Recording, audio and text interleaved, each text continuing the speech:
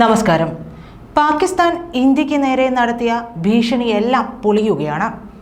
ഇന്ത്യയുടെ മുന്നൊരുക്കങ്ങൾ കണ്ട് ഭയന്ന പാകിസ്ഥാൻ ഇപ്പോൾ നിലവിളിക്കുന്നു.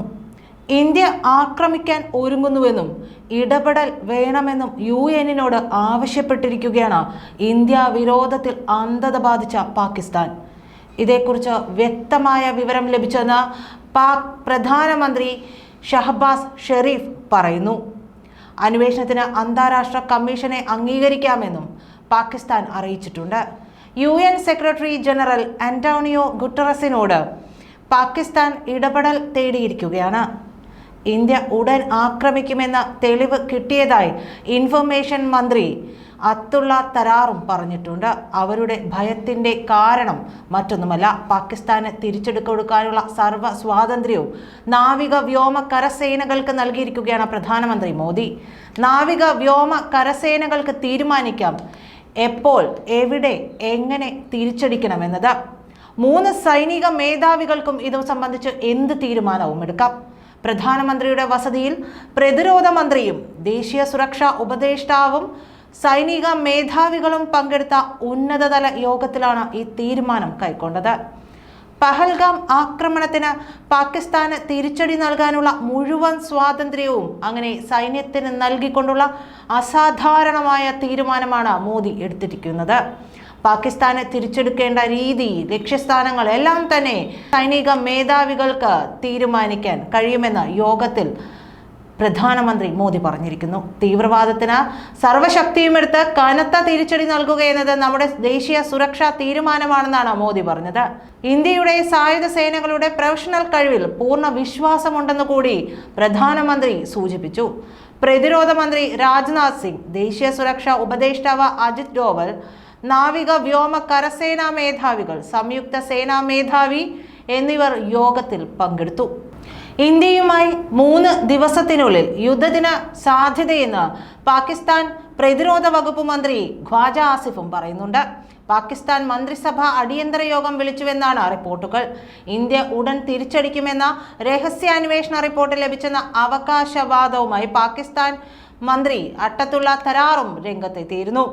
പ്രധാനമന്ത്രി നരേന്ദ്രമോദി വിളിച്ചു ചേർത്ത ഉന്നതതല യോഗത്തിന് പിന്നാലെ എക്സിലൂടെയായിരുന്നു പാക് മന്ത്രിയുടെ പ്രതികരണം. അടുത്ത 24 മുതൽ 36 മണിക്കൂറിനുള്ളിൽ സൈനിക ആക്രമണം ഉണ്ടായേക്കാമെന്നാണ് പാക് മന്ത്രിമാരുടെ പ്രതികരണം. ഇന്ത്യയുടെ ആക്രമണം ആസന്നമാണെന്ന് ഖ്വാജ ആസിഫ് മുൻപ് തന്നെ പ്രതികരിച്ചിരുന്നു.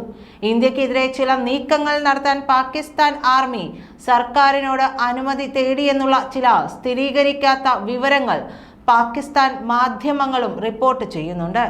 ഇതുതന്നെ പാക് വാർത്താ വിനിമയ മന്ത്രി അതാവുള്ള തരാറും പറഞ്ഞിട്ടുണ്ട്.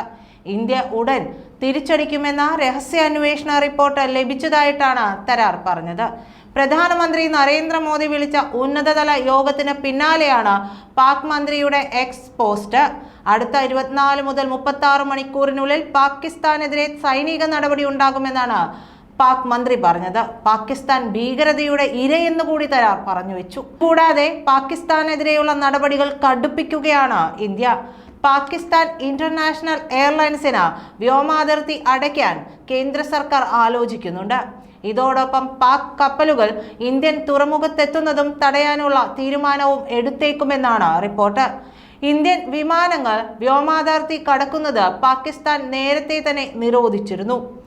ഏപ്രിൽ 22-ന് പഹൽഗാമിൽ നടന്ന ഭീകരാക്രമണത്തിൽ 26 പേർ കൊല്ലപ്പെട്ടതിനെ തുടർന്ന് പാകിസ്ഥാനെതിരെ ഇന്ത്യ കർശന നടപടികൾ എടുത്തിരുന്നു.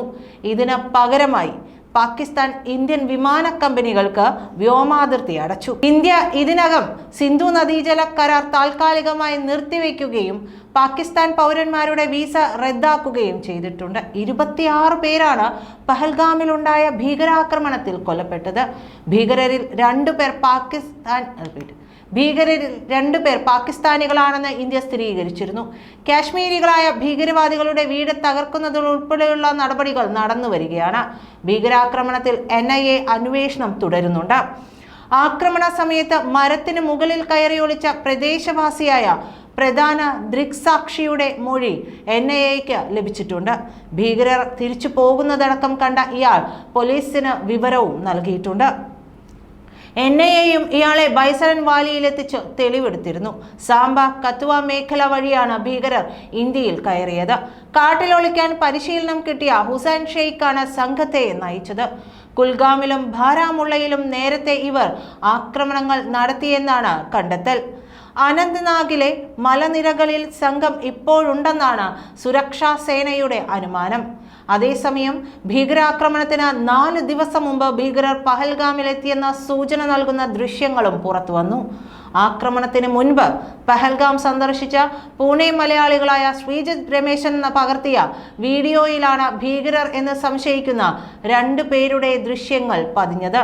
ശ്രീജിത്തിന്റെ 6 വയസ്സുകാരിയായ മകൾ നൃത്തം ചെയ്യുന്നതിലൂടെ പിന്നിലൂടെ 2 പേർ നടന്നു പോകുന്നതാണ് ദൃശ്യങ്ങളിലുള്ളത്. ഭീകരാക്രമണം നടന്ന ബൈസരൻ വാലി മേഖലയിൽ നിന്ന് 7.5 കിലോമീറ്റർ അകലെ ബേത്താബ് വാലിയിൽ നിന്നുള്ളതാണ് ഈ ദൃശ്യം. ഈ മാസം 18-നാണ് ഈ മലയാളി കുടുംബം കശ്മീരിലെത്തിയത്. വിവിധ സ്ഥലങ്ങൾ സന്ദർശിച്ച് 24-ന് പൂനെയിൽ തിരിച്ചെത്തി. പോലീസ് പുറത്തുവിട്ട ഭീകരരുടെ 4 ചിത്രങ്ങൾ കണ്ടപ്പോഴാണ് സാമ്യം തോന്നിയതെന്ന് ശ്രീജിത്ത് പറഞ്ഞു. അവരുടെ ഹെയർ സ്റ്റൈൽ, ശരീരപ്രകൃതി എന്നിവയിൽ സാമ്യം തോന്നി. ഇക്കാര്യം ഡൽഹി NIA ഓഫീസിൽ അറിയിച്ച ശ്രീജിത്ത് മുംബൈ NIA ഓഫീസിലെത്തി ദൃശ്യങ്ങളും കൈമാറി.